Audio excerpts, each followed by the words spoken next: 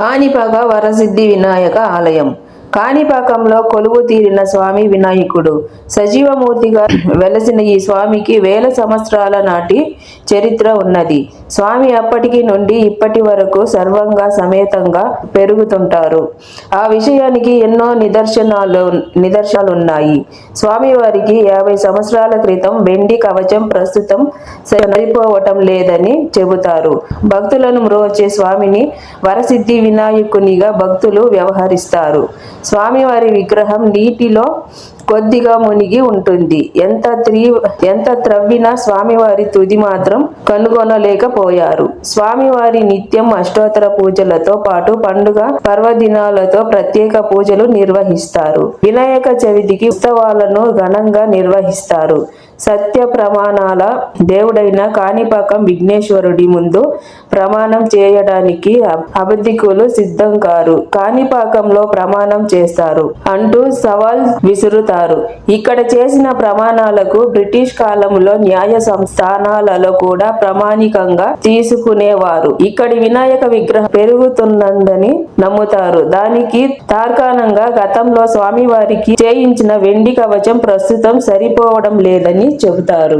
గతంలో ఈ ఆలయం ఆదాయం లక్షల్లో ఉండగా ప్రస్తుతం సంవత్సర ఆదాయం 1 కోటి పైన ఉంటున్నది. ప్రతి ఏటా వినాయక చవితి నాడు ప్రారంభమయ్యే బ్రహ్మోత్సవాలు 21 రోజుల పాటు సాగుతాయి. ఆయా రోజులలో స్వామివారిని నెమలి, హంస, మూషిక, శేష, వృషభం, గజ, అశ్వ, నంది, రావణ, బ్రహ్మ, సూర్యప్రభ, యాలి, కామధేను, కల్పవృక్షం మొదలైన వాహనాలపై ఊరేగిస్తారు. కాణిపాక వప్రసిద్ధి వినాయక స్వామి వారి ఇతర ఆలయాలు ఇక్కడే వరసిద్ధి వినాయక ఆలయంలో పాటు అదే కాలంలో నిర్వహించిన శివాలయం, వరదరాజస్వామి ఆలయాలు ఉన్నాయి. స్వామివారి ఆలయాన్ని మాయువ్వ దిశలో మరకదాంబిక సమేత మణికంఠేశ్వర స్వామి ఆలయం, ఈశాన్య దిశలో వరదరాజస్వామి ఆలయం ఉన్నాయి. ప్రధాన ఆలయం ప్రాంగణంలోనే వీరాంజనేయ స్వామి ఆలయం, నవగ్రహ ఆలయాలున్నాయి. చరిత్ర ప్రకారం ఒకప్పుడు ముగ్గురు అన్నదమ్ములు ఉండేవారు. వారు ముగ్గురు 3 రకాల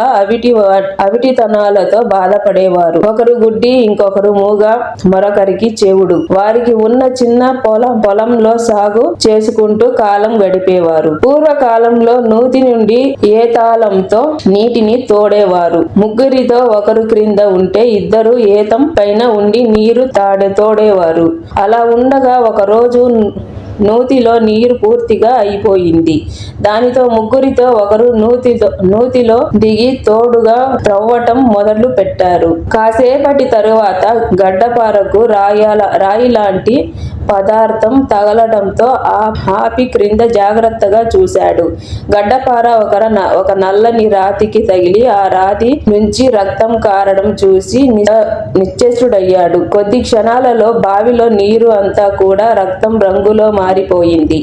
మహిమతో ముగ్గురి అవిటితనం పూర్తిగా పోయి వారు పరిపూర్ణ ఆరోగ్యవంతులుగా మారారు. ఈ విషయం చుట్టుప్రక్కల గ్రామస్తులు తండోపతండోలుగా నూతి వద్దకు చేరుకుని ఇంకా తోడు త్రవ్వటానికి ప్రయత్నించారు. వారి ప్రయత్నం ఫలించకుండానే శ్రీ వినాయక స్వామి వారి స్వయంభూ విగ్రహం ఊరే నీటి నుండి ఆవిర్భవించింది.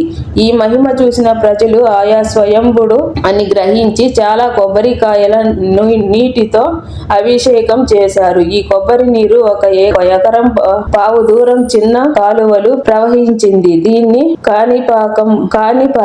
కాణిపాకం అనే తమిళ పదంతో పిలిచేవారు. రాను రాను కాణిపాకంలో పిలవసాగారు. ఈ రోజుకి ఇక్కడ స్వామివారికి విగ్రహం నూతిలోనే ఉంటుంది. అక్కడ ప్రాంగణంలోనే ఒక బావి కూడా ఉన్నది. దానితో స్వామివారి వాహనము ఎలాగా ఉన్నది. అక్కడ స్వామివారికి మనకి ఇష్టమైన పదార్థం ఏదైనా వదిలి వస్తే అనుకున్న కోరిక నెరవేరుతుందని ప్రసిద్ధి.